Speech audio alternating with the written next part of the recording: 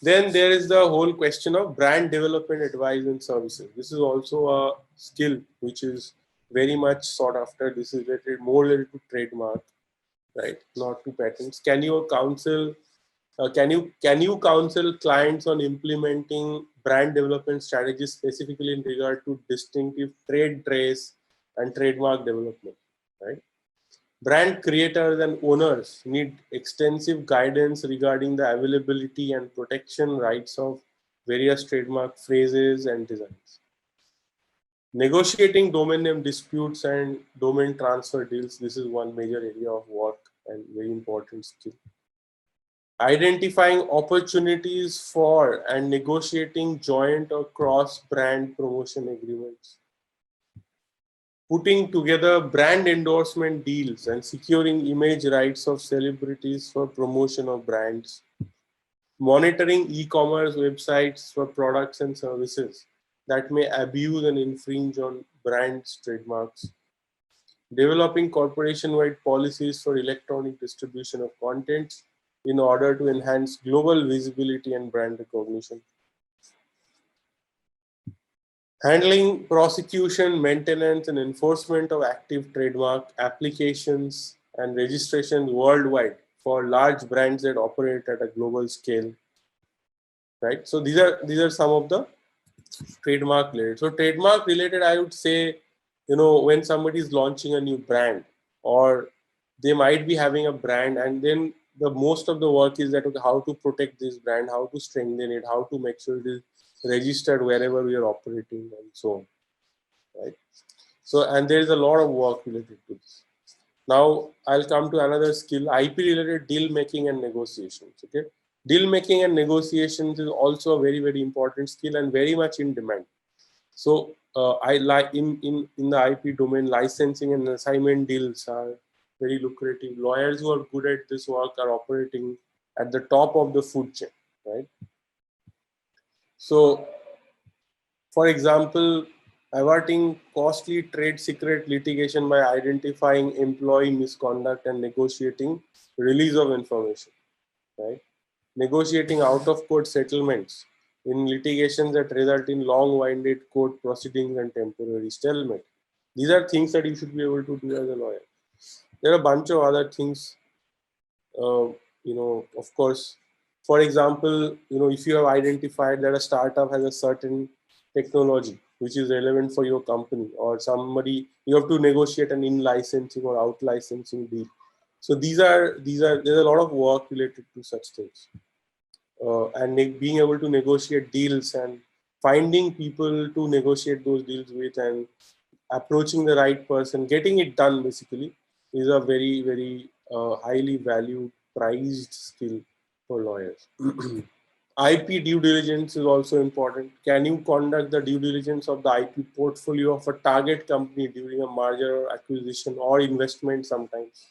Sometimes before investment also IP due diligence is done. All right. So uh, IP due diligence is, so imagine that you are buying a company or you are investing a lot of money in a company. So before that, and you're doing it because it has certain trademarks or certain very strong brands.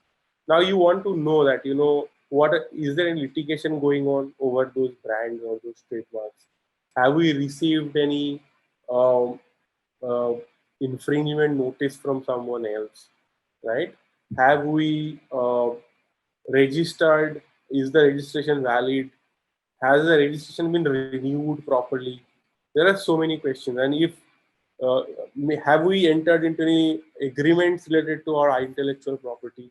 All of these can have serious repercussions on the company, right? So you have to do the IP due diligence, especially on the portfolio, whatever portfolio the company has, before it is actually invested in, or it gets acquired and so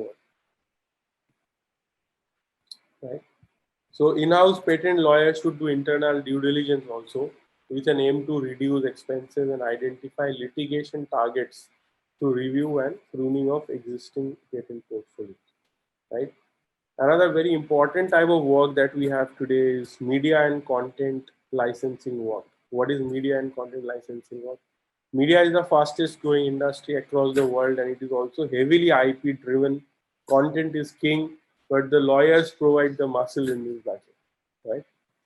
Drafting and negotiating domestic international entertainment distribution deals for traditional media, video on demand, and internet, these industries. This is a lot of work, right? So imagine that Mirzapur is a very big success in India. So can this be sold in other countries? Are there other OTT players like Netflix, say, well, Amazon Prime has it in India, but maybe some other OTT in some other countries willing to buy it, okay? Or some TV channel is ready to show it on their this thing with a adaptation in their language or adaptation in English or whatever. Right? So then can that be done? So these deals are done. Drafting and negotiating this kind of distribution deals is very important. Okay. Sports event related licenses and sponsorship deals that have become key to mass advertising, right? So these are also done by lawyers, negotiated by lawyers. Can you enforce copyright in a sub-Saharan country or a Central Asian kingdom, right? This is how it is. Like sometimes you have to go and enforce, because earlier it was not like this. Even 5-10 years back, things were very, very different. Okay, nobody wanted to enforce their IP beyond a few markets, mostly in a domestic market. But international has become important because of the OTT market, because of the sudden, there's a global affinity for foreign content right now. So, for example, you can see uh, there is this year, Oscar went to this Korean movie, right? Recently, it became available in India on Prime, but it was not available. It was available in movies before that. It came to the movie theater first. So there is a everybody is buying this. Like somebody, if the movie is being shown in the theater, somebody bought the rights to distribute it in India first in movies. Then somebody bought the rights for showing this on TV. Somebody has bought the rights for showing this on OTT platform, right? So there are foreign content also has started having a demand in different countries, and significant money can be made from this. So because of this, uh, there is a huge demand for content, and people like foreign content. People are used to seeing foreign. And it's also because of the explosion in media. Because earlier there used to be a handful of channels, right? Imagine that there are, even if there are 30, 40 channels earlier, now you have hundreds of TV channels. You have hundreds of OTT players. So in India, there are at least 12 OTT players. There are regional players. There is a huge market. It's not just Netflix and Amazon Prime and Hotstar. There are so many others, and this is what is happening. And I'm in Calcutta right now. You can see there Hoichoi and Adda, Times. I'm not sure. There are so many um, mm, local OTT platforms, and this is the case in other states also. Cool. So drafting patent claims is a very critical job. Okay, and this is the other one. Drafting patent claims. When you are drafting a patent application, you have to know how to draft the claims and amendments, right? So sometimes you have to draft the amendments also. Andhra. Okay. Aha, I think Andhra. Telugu movies. Great. Awesome.